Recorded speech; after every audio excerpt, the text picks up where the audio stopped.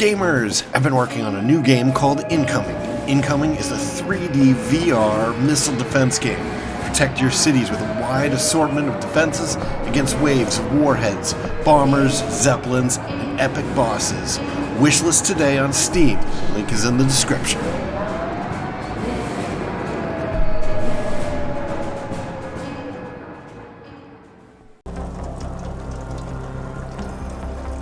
Greetings, Ascenders, and welcome to another episode of the Ascent.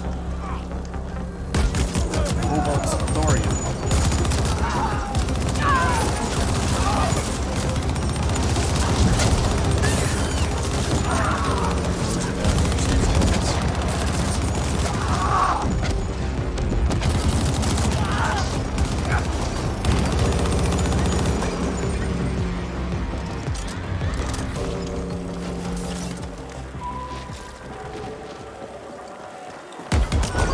Run towards me like that, you're dead.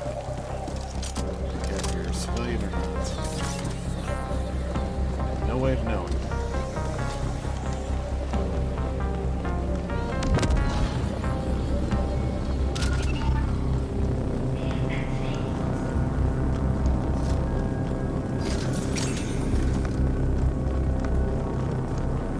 You're sort of just relying on their body language.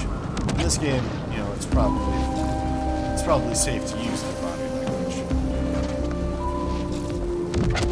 But like a lot of the guys with swords and stuff like that, it's not like they can be wearing any kind of thing.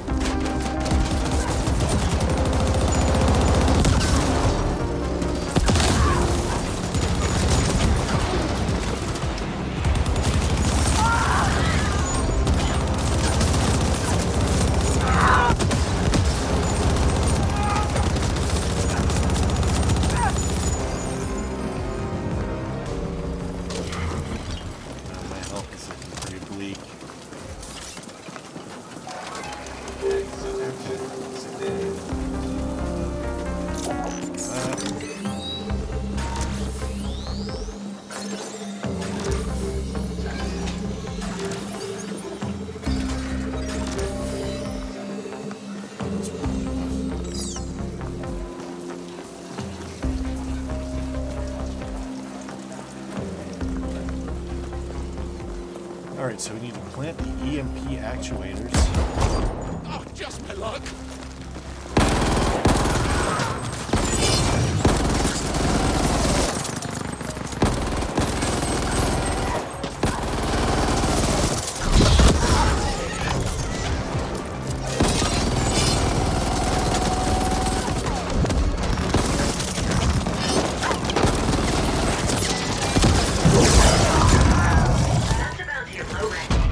Oh, we died.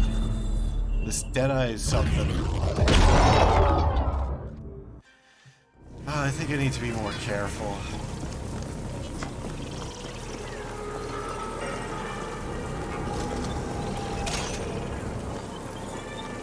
Maybe this close-in circle strafing of enemies would be any on this strategy.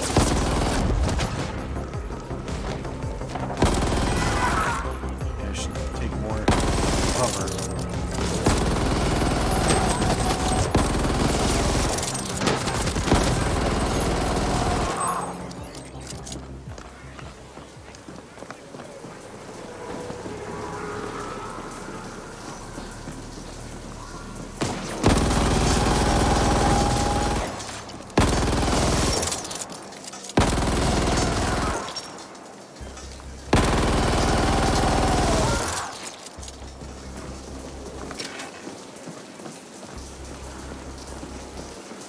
That went a little bit better.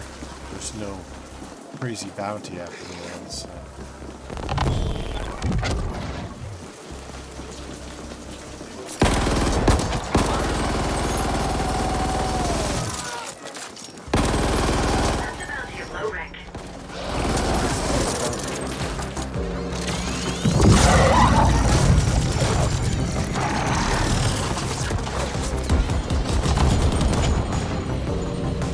Hate these hackers.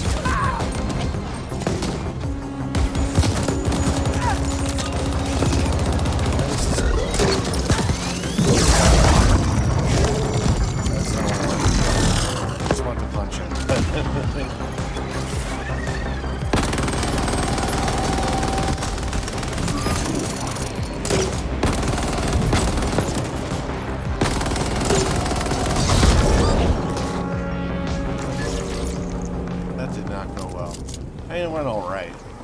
We won.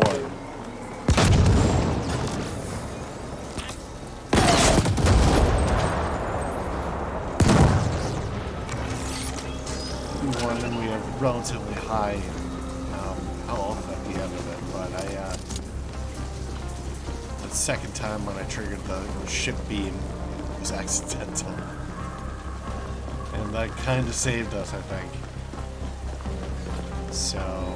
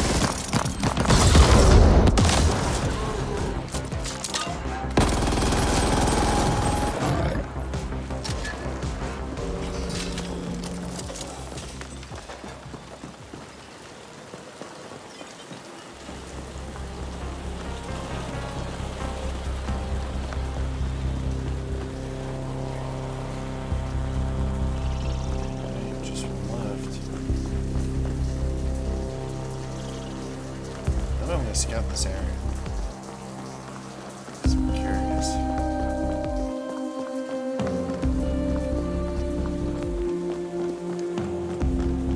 Who's that guy?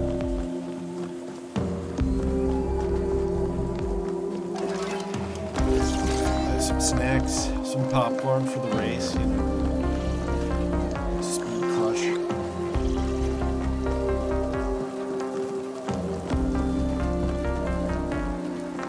They have some patented speed crush snacks or something, like the official snack of speed crush. Crushies, you know.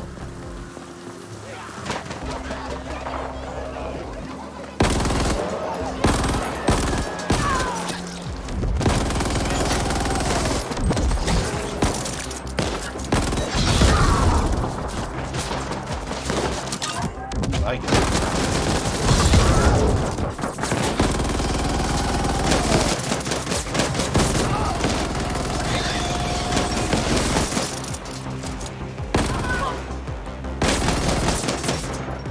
Why is it that when they stand up to reload, you can't hit them?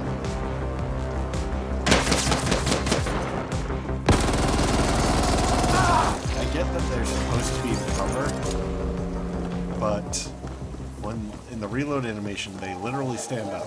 It's like there is no way that they are still in cover with that reload animation. Jeez, I can't believe what the hell is like.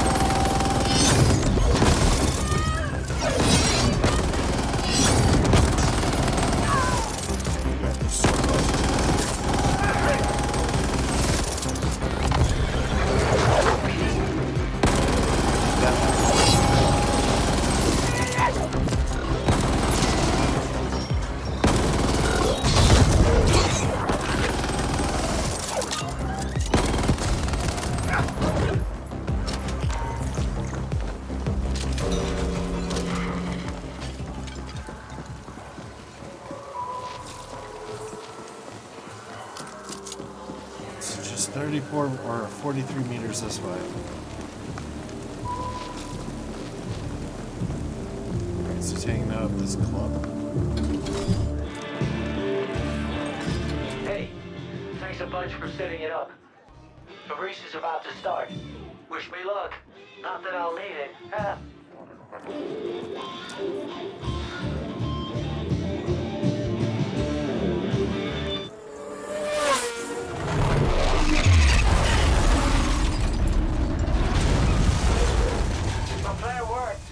I won, but the roaching just shut out my pot from under me. I'm trapped. They're coming. Oh! Alright, what do I do?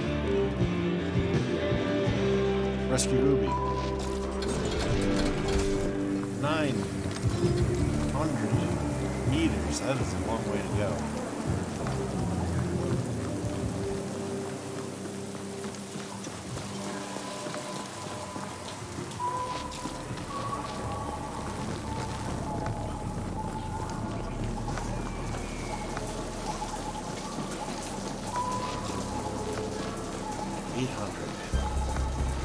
I'm coming! Hold on!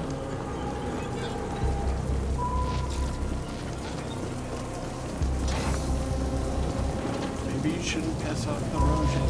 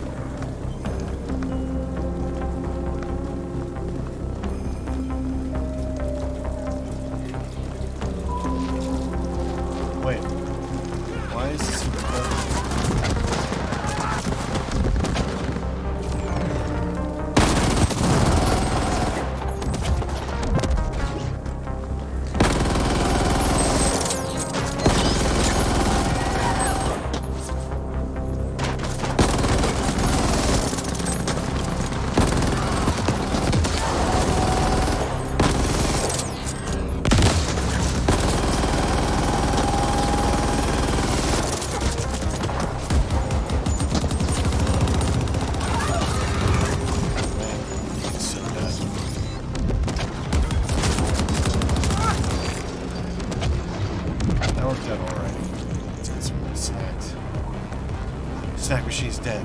No! Deploy grenade. Yeah, let's do it.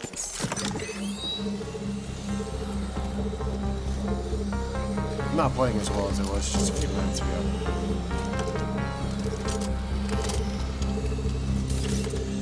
You gotta be strategic about your moves. Where the hell are we going?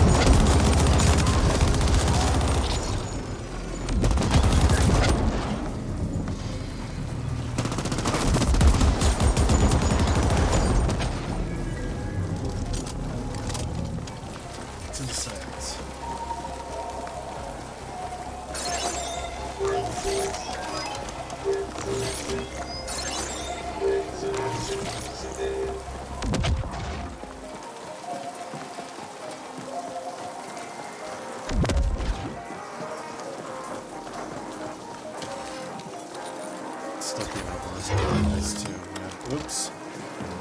Now screw that up.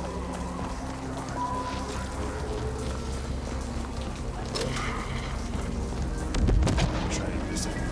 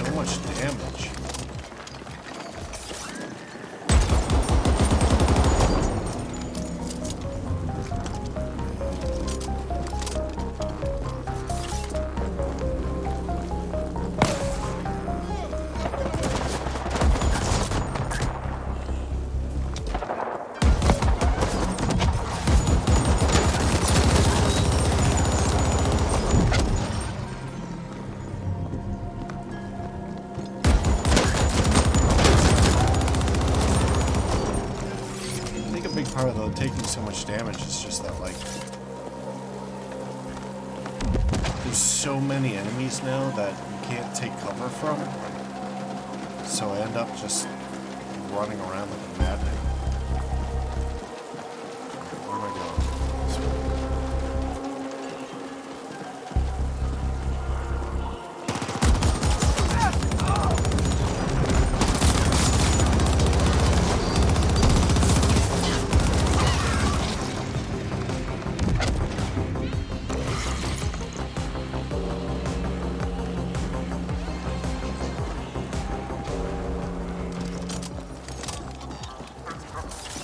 Should do is I should take cover first, and then only break cover if I have to.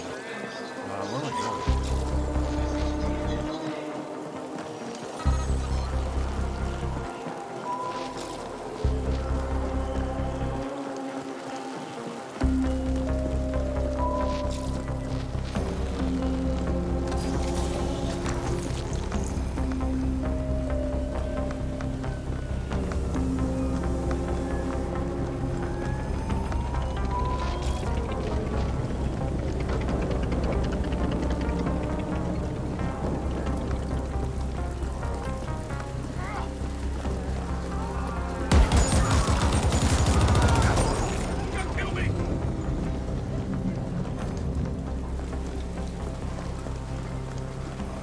Sight.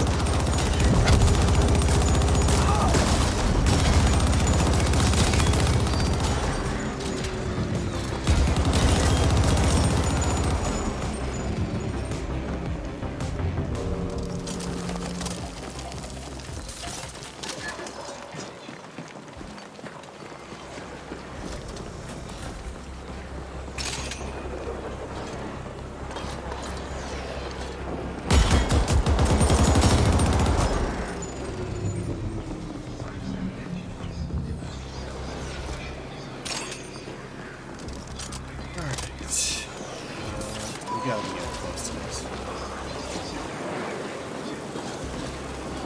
300 meters left.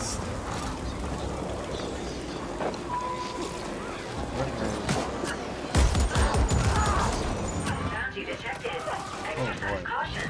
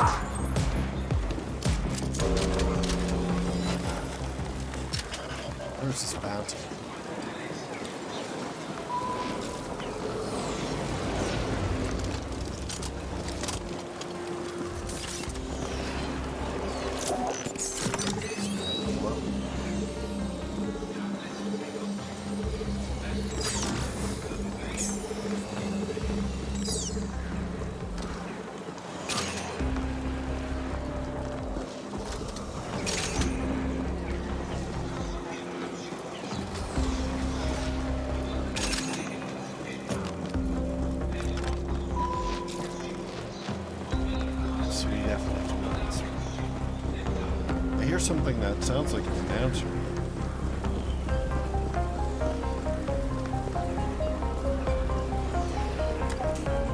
Gemini stacks B5. Yeah, it's definitely B4.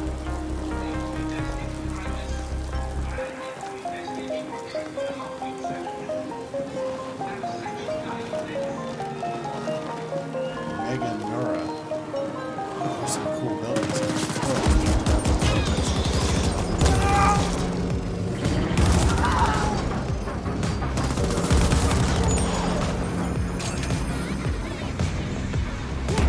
Low-rank bounty detected. Act accordingly.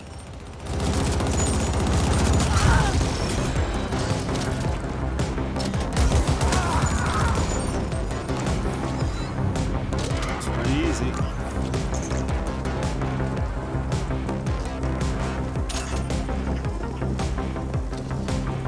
Like everybody in this game has these bikes.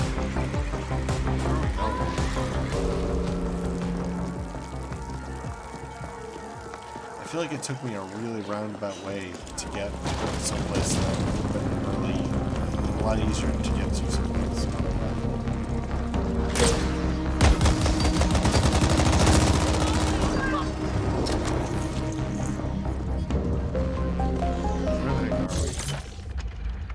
Yeah, we're getting back into like the easy areas of the city. It's like you guys did not have to send me the way that you went. Or the way that I went.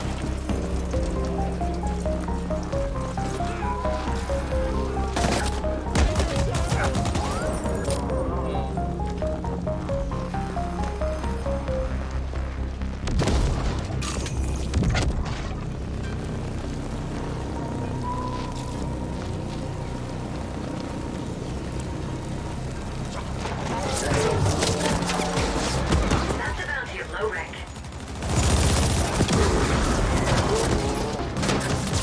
Why are you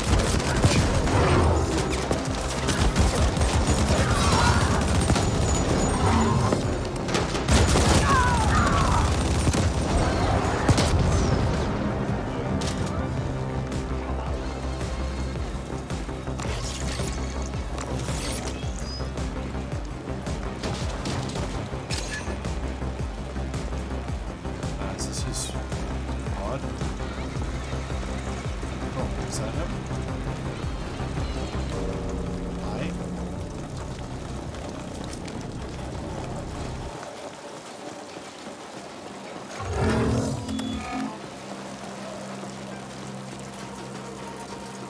I don't know what to do here. So what am I supposed to do here? Oh, there's a guy.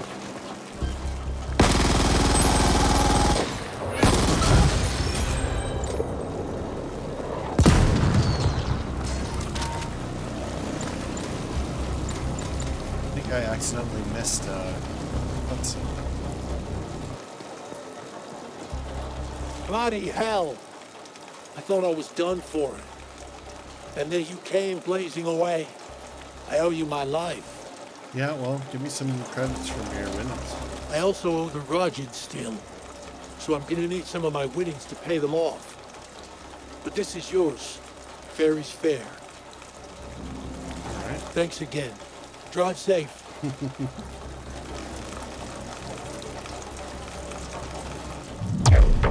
Mission complete, Dark Horse.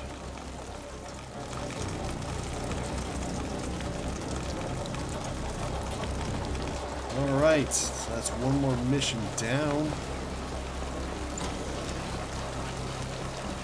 I feel like we're still really underpowered here. I feel like we're...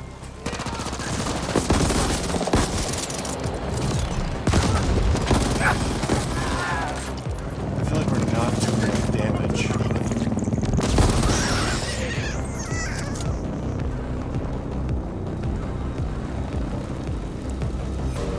Our time to kill is not great. And we haven't upgraded our guns in a really long time. It doesn't seem like there's a lot of new guns coming out either. So enemies are getting tougher, but our ability to fight them is not evolving. That's a problem. But anyway, yeah, so I feel like we're probably at the end of this episode. Let us do a little bit of lore reading, because I haven't done that in a long time. Should probably spend some skill points too. Alright, so for skills, let's finish weapon handling, get it up to 10. Because that's something that I feel like is really lacking. If we put more into critical hit, that might also help.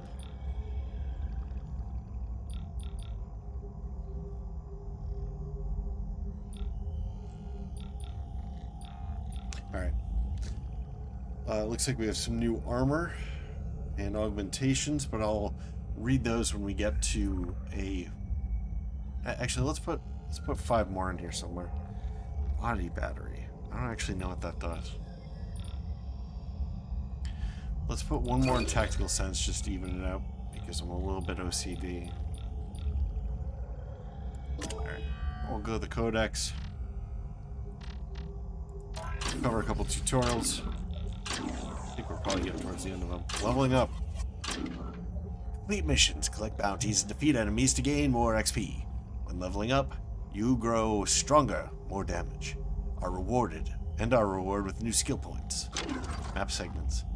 Acquire more map segments as you reach new zones. Your imp will automatically survey and download the relevant maps from the current zone and store them in your journal. Ascent. Melee weapons. Don't bring a knife to a gunfight, they say, but what about something bigger? Melee weapons don't consume ammunition and are especially effective against certain types of enemies. While they can't vary between low, aim, and high, they can be used for special attacks using the right click. Special attacks consume more energy, EN. Increasing the evasion skill will also increase the attack speed of melee weapons. Okay.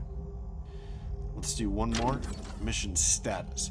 Press O at any time to let your system bring up the currently tracked objective, a navigation projection on the ground. This is kind of interesting because it shows that these are hard-coded, because I have mine currently set to Z, because it's, it's closer to my WASD. Like, you want stuff like that on your WASD hand, you don't want to have to be searching for it, So, having it in the old location is such a bad idea. Alright, so we have a new location. It's called Corp Zone. For many low-habbers, the Corp Zone is all they will ever see of the true nature of the arcology and the Ascent group, i.e., that the entire gigantic structure is, in essence, a huge corporate headquarters. Behind the dark, glossy facades of the Corp Zone office stacks, thousands of mid-level employees work grueling hours at their screens, generating, filtering, and trying to make some sense of endless amounts of sometimes pointless data. This is the rank and file of the relentless corporate machine, far removed from the posh upper-tier offices, and perpetually stuck in a rat race to nowhere. That's kind of bleak, geez. Here, many other corporations maintain subsidiary offices for their outgoing dealings with the Ascent Group, and many stacks are adorned with corporate logos. The larger criminal organizations also maintain offices here, and there is rampant corporate espionage going on between the many buildings. Alright, let's grab one more of these. We'll do Podlot. Podlot. Somewhat of a desolate route, mostly used by the surrounding hab stacks to get to Cluster 13. This area serves mostly as a stop on the road for vehicles. There's a large parking lot for the Blossom Hill residents, and even a landing pod for the Meganura fuel depot, where inter and intra-arcology transports gather to refuel and share stories. It's just like a rest stop. Okay. The space serves just as well for covert meetings, shady dealings, and the occasional stabbing. Yeah, like a rest stop. Alright, let's do rooftops. These walkways crisscross the Habstack's rooftops to connect Cluster 13 with Stimtown and Gratitude. Though an effective shortcut, some Habbers shy away from moving about here after the end of their shift. Badly worded. A recently completed bridge, and then, unfortunately, retroactively and accidentally uncompleted, was meant to greatly speed up commuting. I realize you're trying to be clever, but this is terrible. Very badly worded. Okay, let's continue. I'm not gonna dwell on it. We got Serenity Plus. One of the most popular eateries in Cluster 13, Serenity Plus offers a fusion menu. Though few remember what exactly has been fused these days, or fusioned these days. Many Habbers find it a bit on the pricey side, which suit the regulars just fine, as that helps to provide them with an air of superiority for affording to hang out there. The restaurant is also the de facto offices of Stack Boss Poon, the Cluster 13 strongman, and from here he manages his extensive network of underlings, hirelings, and tenants.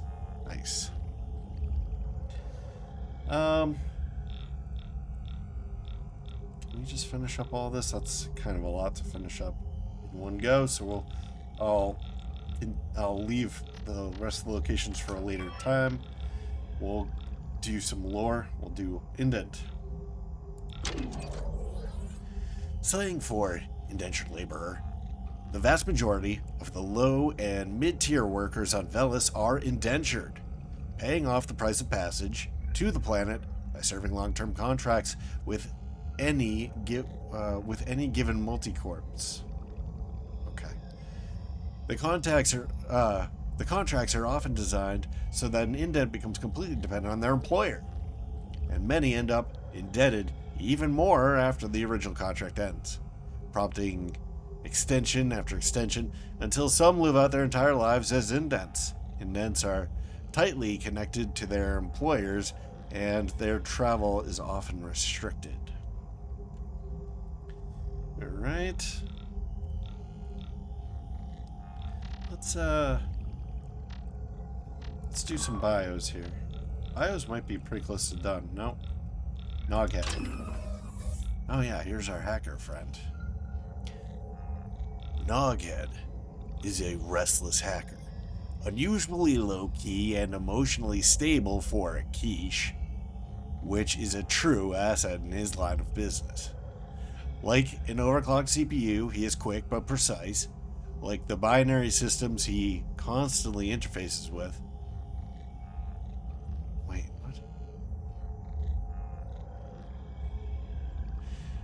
Never still, always thinking, always computing, and a powerful ally to have. This is also badly worded. A lot of these are really badly worded. Also, I would like to say an overclocked CPU is less precise than a regular CPU, because the whole point of clocking it to a particular spec is that you're ensuring that there's no photons jumping wires. As you overclock, stuff gets hotter and things can arc, so it becomes CPUs become less precise as they're overclocked until they just melt. Because when they melt, what's happening is lots of electrons are arcing across wires, and it eventually just like melts them. All right. So we have a Havoc. Oh yeah. I actually kind of liked fighting this boss. It wasn't really a boss, maybe, though. Alright, anyway, the X-28 Havoc is a combat platform designed for speed, mobility, and area denial. A favorite of the Valpine drop troops. These airborne drones are not just fast and agile, but are also quite lethal when their spray missiles come into play. Remember to look up. I really enjoyed fighting that guy. So then we have a Mega Arachnoid. Oh, okay. Yeah. This was one of the bosses too. The Mega Arachnoid is intended as a second wave assault mech. Its many legs allow it to negotiate tricky terrain and the mounds of debris left behind by more powerful units, such as the Wayun siege mech. Once inside enemy lines, it will sow chaos and confusion with its focused flame lance, and while it moves about, it can also deploy multiple pods containing deadly spider bots with proximity detonators. The pods can be hacked to prevent the spider bots from hatching. That would have probably been useful information for me. I probably should have read this before. Okay, so I feel like enemies is probably one of the more important things to get through, but there's still so many. Okay, Nug Gadgeteer. Oh, I hate these guys. You'd be tempted to laugh at the idea of a Nug with a portable mortar, but you'd die smiling, and your body would be blasted to bloody pieces by a perfectly aimed shell. Not only do the Carlins love to tinker with anything that they can get their hands on, when properly motivated, they can be quite efficient killers. And they can be hard to hit too, as they hide their diminutive bodies behind the mortars that they lug around. Be sure to aim low. Alright. Onyx Void Operative. And after this, I think we'll wrap it up. I feel like I've gone through a lot of these. There's still so many left to do. Anyway, most CGTs, corporate grab teams, rank above regular mercs when it comes to skills and combat abilities, but Onyx Void operators rank above more or less everybody else. This multi-stellar syndicate allow only the cream of the killer crop into its exclusive ranks of merciless flatliners. Their complete lack of conscience and utter obedience to a contract, once entered, will make them into some of the most fearful enemies out there, further exacerbated by their state-of-the-art weapons and equipment. Alright, that's probably enough. We'll wrap it up here. Thank you very much for joining me. I hope that you enjoyed this, and if you have, please like, maybe comment, maybe share, maybe subscribe. New episodes every day at 2 p.m. Eastern Time, US and Canada. My name's Cobalt Thorium, and I hope to catch you in the next one. Bye-bye.